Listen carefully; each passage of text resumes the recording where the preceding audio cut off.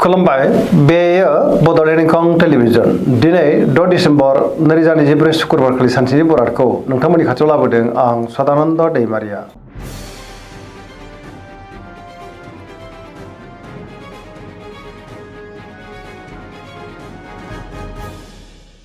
गिबि फरायनो लादों मेष राशि गिबि हांखो अ ल दिनैनि साना दिनै मोजां आरो गाज्रि गेजेरजोंनो बाबेनलांनो हागौ। गोसोनि साननायफ्रा देबोर नांगोन। गुबुननि थाखाय दिनै नाङा फाङा जेंनायाव गोग्लैनांनोबो हागौ। मावनो लानाय खामानिया मावफुंजायोब्लाबो माबा नङा मोनसे गोरोन्थि जालांनो हागौ। गोसोआव गोनो गोथो साननाय फैनोबो हागौ। देहाया मोजाङै थागोन, अब्लाबो नाथाय जानाय लोंनायाव सांग्रां जानांगोन। रांखावरियाव बारा मोजां नङा, नाङा फाङा खरसाया बांनोबो हागौ। बेफार फालांगियावबो दिनै बारा मोजां नङा होनजायो। न'खराव बिदा फंबायनि गेजेराव एना एनिबो फैनो हागौ। गोसोनि साननायफ्रा दिनै गोरोबलायाबो जानो हागौ। गुबुननि गोसोखौ बोनो गोब्राब जागोन। गोसोनि बोलोआबो दिनै लोरबां जानोबो हागौ। समाजाव मान मोननो हागोन। लाइमोनफ्रा गोसोखौ जोबोर उसुखुथु मोननोबो हागौ। अब्लाबो नाथाय गोसोनि साननायखौ फोरमायलायनो हागोन। फरायसाफ्रा दिनै फरायनायाव गोसो दुंखांगोन आरो मोजां फिथाइ मोननोबो हागोन। अब्लाबो नाथाय नेगेटिभ एनार्जि गोहोमबो गोग्लैनो हागौ। मोनफ्रोमबो बिथिङावनो दिनै सांग्रां जानांगोन।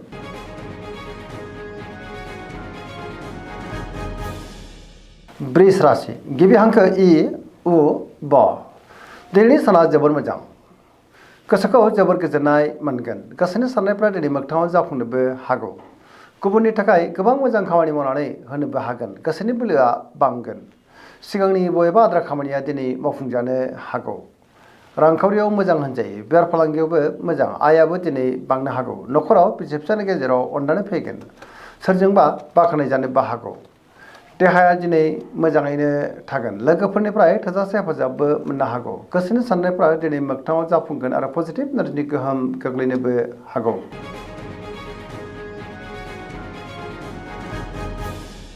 मिथुन राशि गिबि हांखो क स दिनैनि साना जोबोर मोजां। गोसोखौ जोबोर गोजोननाय मोनगोन। मोनफ्रोमबो बिथिङाव जाफुंसारगोन। गियाननि आंखाल जानाय नङा। गावनि गोसोनि साननायफोरखौ दिनै गुबुननो फोरमायनोबो हागोन। गोसोआ दिनै जोबोर रमान्टिक जागोन। लाइमोनफ्रा गावबा गावनि गोसोनि साननायखौ फोरमायलायनोबो हागोन। देहाया दिनै मोजाङैनो थागोन। अब्लाबो नाथाय जानाय लोंनायाव सांग्रां जानांगोन। रांखावरियाव मोजां, बेफार फालांगियावबो मोजां होनजायो। न'खराव अननानै फैगोन। गोसोनि बोलोआ दिनै बांनो हागौ। गावनि मावनो लानाय खामानिखौ थि समावनो आरो गोरलैयैनो मावफुंनोबो हागोन। गुबुनजों हेफाजाबबो होजागोन। सोरबा लोगोनिफ्राय थोजासे हेफाजाबखौ मोननो हागोन। फरायसाफ्रा दिनै फरायनायाव गोसो दुंखांगोन आरो मोजां फिथाइ मोनगोन। सोरजोंबा बाख्नायजानानै गोसोआ दिनै जोबोर गोजोननोबो हागौ आरो पजिटिभ एनार्जिनि गोहोम गोग्लैगोन।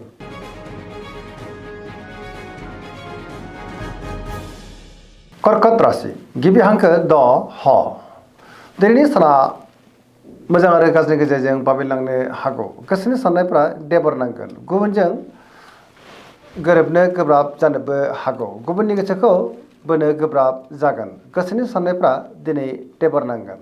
नेगेटिभ साननायबो फैनो हागौ। मावनो लानाय खामानिखौ मावफुंनो हागोन। अब्लाबो नाथाय माबा नङा मोनसे गोरोन्थिबो जालांनो हागौ। रांखावरियाव बारा मोजां नङा, नाङा फाङा खरसाया बांनो हागौ। बेफार फालांगियावबो दिनै बारा मोजां नङा होनजायो। देहाया मोजाङैनो थागोन। गुबुननिफ्राय हेफाजाब लानांनोबो हागौ। न'खराव अननानै फैगोन। बिदा फंबायनिफ्राय हेफाजाबखौ मोननो नाथाय गोब्राब जानोबो हागौ। फरायसाफ्रा फरायनायाव गोसो दुंखांगोन आरो मोजां फिथाइ मोननो हागोन।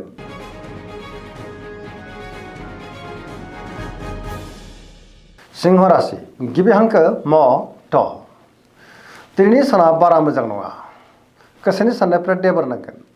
गोसोआव गोनो गोथो साननाय फैनोबो हागौ। नेगेटिभ साननाय फैगोन। मावनो लानाय खामानिखौ मावफुंनो गोब्राब जानो हागौ। सोरबा लोगोनिफ्राय हरखाबै गाज्रि खौरांबो फैनो हागौ। सुथुरनि गाज्रि नोजोरबो थानो हागौ। देहाया दिनै मोजाङैनो थागोन। अब्लाबो नाथाय जानाय लोंनायाव सांग्रां जानांगोन। रांखावरियावबो मोजां, बेफार फालांगियावबो मोजां होनजायो। अब्लाबो नाथाय मोनफ्रोमबो बिथिङावनो सांग्रां जानांगोन। न'खराव दिनै अननानै फैगोन। बिदा फंबायनिफ्राय हेफाजाब मोननो हागौ। गुबुननि गोसोखौ नाथाय बोनो हानाय नङा।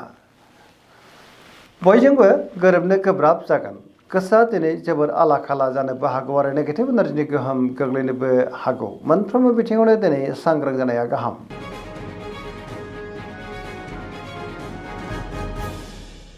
कन्या राशि गिबि हांखो प ट दिनैनि साना जोबोर मोजां गोसोआव पजिटिभ साननाय फैगोन गोथों आरो गोग्गो साननो रोंगोन गियाननि आंखाल जानाय नङा मोनफ्रोमबो खामानिखौनो दिनै गोरलैयैनो मावफुंनोबो हागोन सिगांनि बबेबा आद्रा खामानियाबो दिनै मावफुंजानो हागौ बेफार फालांगियाव जोबोर मोजां मुलाम्फा मोनगोन आरो रांखावरियाव मोजां होनजायो देहाया मोजाङैनो थागोन गोबां मुंदांखा सुबुंजों दिनै लोगो मोनज्लायनो हागौ सोरजोंबा बाख्नायजानोबो हागौ पजिटिभ एनार्जिनि गोहोम गोग्लैगोन लाइमोनफ्रा जोबोर रमान्टिक जागोन आरो गावबा गावनि गोसोनि साननायफोरखौ दिनै फोरमायलायनोबो हागोन फरायसाफ्रा दिनै फरायनायाव गोसो दुंखांगोन आरो मोजां फिथाइ मोननोबो हागोन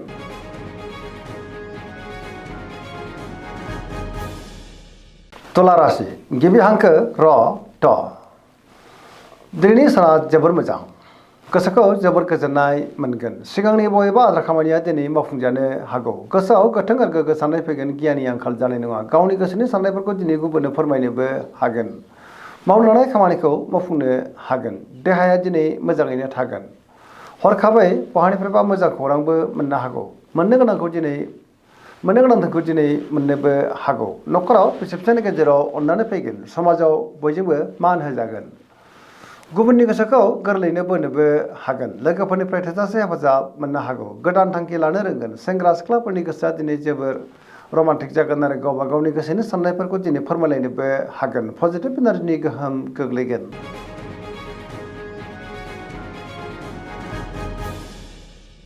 वृश्चिक राशि गिबि हांखो न स दिनैनि साना जोबोर मोजां पजिटिभ एनार्जिनि गोहोम गोग्लैगोन गोसोनि साननायफ्रा दिनै मोगथाङाव जाफुंनोबो हागौ गोथों आरो गोग्गो साननो रोंगोन गियाननि आंखाल जानाय नङा समाजाव मान मोनगोन सोरबा मुंदांखा सुबुंजों लोगो मोनज्लायनोबो हागौ गोसोआव दिनै गोथों आरो गोग्गो साननाय फैगोन मावनो लानाय खामानिफ्रा दिनै थि समावनो मावफुंजागोन गुबुननिफ्राय हेफाजाब मोननानै गोसोखौ जोबोर गोजोननाय मोनगोन गोसोनि बोलोआ दिनै बांनो हागौ समाजाव बयजोंबो मान होजागोन रांखावरियाव मोजां अब्लाबो नाथाय खरसायाबो बांनो हागौ बेफार फालांगियाव मोजां होनजायो देहाया दिनै मोजाङैनो थागोन गुबुननिफ्राय थोजासे हेफाजाबबो मोननो हागौ फरायसाफ्रा दिनै फरायनायाव गोसो दुंखांगोन आरो मोजां फिथाइ मोनगोन लाइमोनफ्रा जोबोर रमान्टिक जागोन आरो गावबा गावनि गोसोनि साननायफोरखौ दिनै फोरमायनोबो हागोन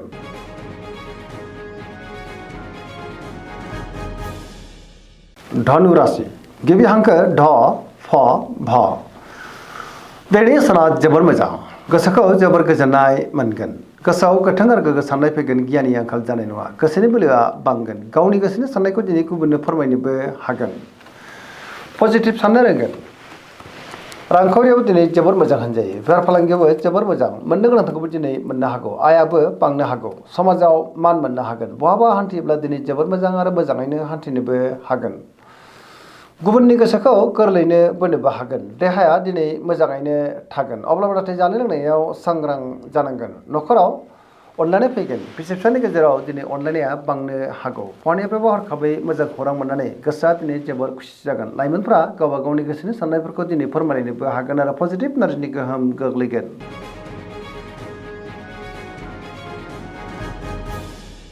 मकर राशि गिबि हांखो ख ज दिनैनि साना जोबोर मोजां गोसोनि साननायफ्रा दिनै मोगथाङाव जाफुंनोबो हागौ मावनो लानाय खामानिखौ दिनै थि समावनो आरो गोरलैयैनो मावफुंनोबो हागोन रांखावरियाव जोबोर मोजां होनजायो बेफार फालांगियावबो दिनै जोबोर मोजां मुलाम्फा मोननो हागोन गुबुनजों दिनै मोजां सोमोन्दो लाखिनोबो रोंगोन गोबां खामानियाव दिनै मुखुबबो थागोन मोनफ्रोमबो खामानिखौ गोरलैयैनो मावफुंलांनो हागोन गोदान खामानियाव आखाइ होजेननोबो हागोन बिमाफोरनिफ्राय अननायफोरखौ दिनै मोननो हागौ बिदा फंबायनि गेजेराव मोजां सोमोन्दो थागोन सेंग्रा सिख्लाफ्रा गावबा गावनि गोसोनि साननायखौ दिनै फोरमायलायनो हागोन आरो गोसोआ दिनै जोबोर खुसिबो जानो हागौ फरायसाफ्रा फरायनायाव गोसो दुंखांगोन आरो मोजां फिथाइ मोननोबो हागोन पजिटिभ एनार्जिनि गोहोम गोग्लैगोन सरासनस्रायै दिनै साना जोबोर मोजां आरो मोजाङैनो बारग'लांगोन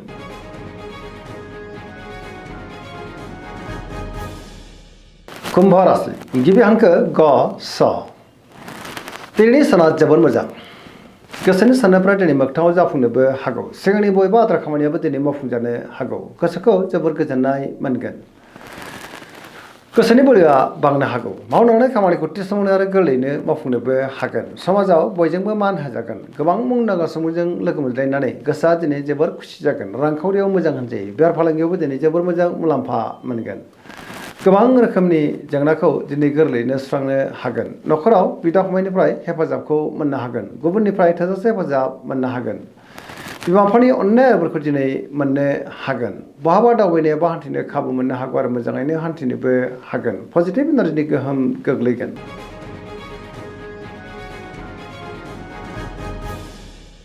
मीन राशि गिबि हांखो ड स दिनैनि साना जोबोद मोजां गोबां मोजां मोजां खाबु दिनै मोननो हागौ गुबुननि गोसोखौ गोरलैयैनो बोनोबो हागोन माबा नङा माबा मोनसे मोजां खौरां मोननानै गोसोआ दिनै जोबोर खुसि जागोन गोसोनि बोलोआ बांनो हागौ गावनि गोसोनि साननायखौ गुबुननो फोरमायनोबो हागोन रांखावरियाव मोजां बेफार फालांगियावबो दिनै जोबोर मोजां मुलाम्फा मोनगोन सोरजोंबा बाख्नायजानोबो हागौ सुथुरखौ दिनै गोरलैयैनो फेजेननोबो हागोन लाइमोनफोरनि गोसोआ दिनै जोबोर रमान्टिक जागोन आरो गावबा गावनि गोसोनि साननायफोरखौ फोरमायलायनोबो हागोन फरायसाफ्रा दिनै फरायनायाव गोसो दुंखांगोन आरो मोजां फिथाइ मोननोबो हागोन पजिटिभ एनार्जिनि गोहोम गोग्लैगोन धोरोमारि बिथिङावबो दिनै गोसो दुंखांनो हागौ सरासनस्रायै दिनै साना जोबोर मोजां आरो मोजाङैनो बारग'लांगोन। दिनैनि राशि फरायनाय एसेनोसै जोबनायाव बेखौनो खावलायो जाहाथे नोंथांमोना सानफ्रोमबो जोंनि बे बड'लेण्ड इंखं टेलिभिजनखौ नायबाय थायो आरो साबस्क्राइब खालामो लोगोसे लाइक खालामो आरो शेयार खालामो एसेनोसै गोजोन्थों।